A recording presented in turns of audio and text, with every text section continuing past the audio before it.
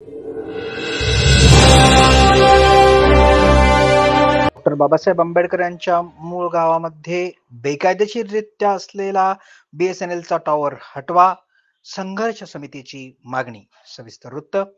Doctor Babasaheb Ambedkar यांच्या मूळ गावामध्ये शिगवण अनुसूचित जाती जमाती आणि बौद्ध आदिवासी वस्तीच्या स्मशानभूमीमध्ये बेकायदेशीररित्या BSNL कंपनीने टॉवर उभारला असून हा टॉवर उभारणीकरता ग्रामपंचायतीने चुकीचा ठराव देऊन टॉवर उभारणीकरता संमती दिल्याची माहिती संघर्ष समिती मंडणगड यांनी दिली आहे. संघर्ष समिती आणि ग्रामस्थांनी तहसीलदार मंडणगड यांना निवेदन सादर करून या निवेदनामध्ये मागणी केली आहे की चुकीच्या पद्धतीने टॉवर उभारणाऱ्या अधिकाऱ्यांवरती कायदेशीररित्या कारवाई करण्यात यावी, अन्यथा हा टॉवर हटवावा आणि न हटवल्यास किंवा कारवाई न केल्यास 15 ऑक्टोबर नंतर आक्रोश मोर्चा काढण्यात येईल असे निवेदनात म्हटले आहे.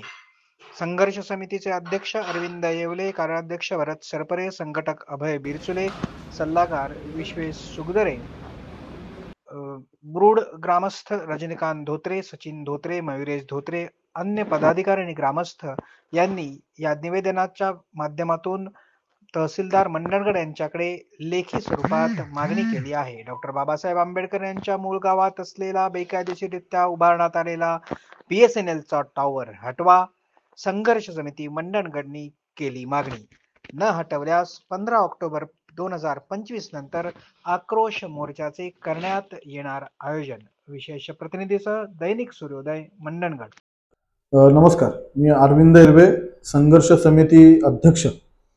या ठिकाणी मंडणगड तालुक्यातील डॉक्टर बाबासाहेब आंबेडकरांचे मूलगाव आंबडवे, या आंबडवे गावामध्ये असणारी जी ग्रामपंचायत आहे शिगवण, ह्या शिगवण ग्रामपंचायत हद्दीमधील आदिवासी आणि बौद्ध वस्तीच्या घटकातील जे स्मशानभूमी आहे, त्या स्मशानभूमीत तिथल्या ग्रामपंचायत अधिकाऱ्यांनी चुकीच्या पद्धतीने ठराव मंजूर करून ते ठराव BSNL कंपनीला दिलेले आहेत आणि BSNL कंपनीने चुकीच्या पद्धतीने त्या ठिकाणी टॉवर उभारलेला आहे. आणि या टॉवर संदर्भात समस्त ग्रामस्थांनी, तिथल्या आदिवासीवाडी, बौद्धवाडी, तिथल्या नागरिकांनी याविषयी ग्रामपंचायतीला हरकतीचे पत्रव्यवहार केलेला आहे. आणि पत्रव्यवहार केलेला असताना सुद्धा त्या ठिकाणी ग्रामस्थांना न जुमानता त्या ठिकाणी टॉवर उभारला.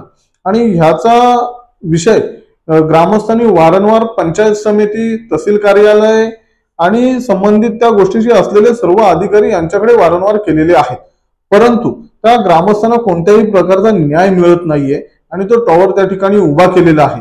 अधिकाऱ्यांना ग्रामस्थांनी विचारलेल्या प्रश्नांचं उत्तर अधिकारी धुडकावून लावण्यासारखं उत्तर देत आहेत. म्हणून ग्रामस्थांनी संघर्ष समितीकडे हा विषय दिलेला आहे.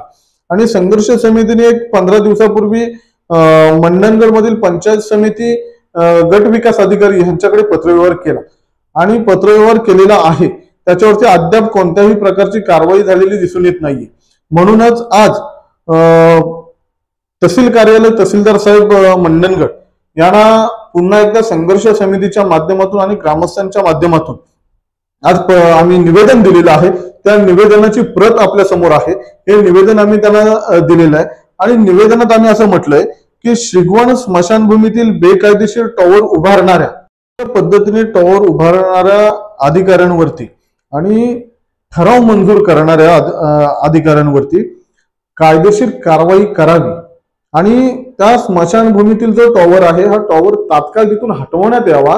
कारण तिथल्या होणाऱ्या नागरिकांना जो त्रास आहे, एखादं जर निधन झालं तर त्या ठिकाणी दहन करण्यासाठी मोठी अडचण निर्माण झालेली आहे. हे असताना सुद्धा अधिकारी ह्याच्याकडे गांभीर्याने लक्ष देत नाहीयेत. तर माझी त्या सगळ्या अधिकाऱ्यांना विनंती, आता मी तहसीलदारांना सुद्धा तेच सांगितलेलं आहे की येत्या 15 ऑक्टोबर 2025 पर्यंत जर आपण ह्या अधिकाऱ्यांवरती कोणत्याही प्रकारची कारवाई केलत नाही किंवा तो टॉवर त्या ठिकाणावरून डायव्हर्ट केलत नाही, तर 15 तारखेच्या नंतर, 15 ऑक्टोबरच्या नंतर या ठिकाणी आक्रोश मोर्चा काढण्यात येईल आणि मग जे काही परिणाम होतील त्या मोर्चाच्या माध्यमातून त्या सगळ्या परिणामास शासन प्रशासन संबंधित अधिकारी आणि जे कोण ह्यांना सगळ्या अधिकाऱ्यांना पाठीशी घालणारे असतील त्या सगळ्यांना त्याचा त्रास सहन करावा लागेल.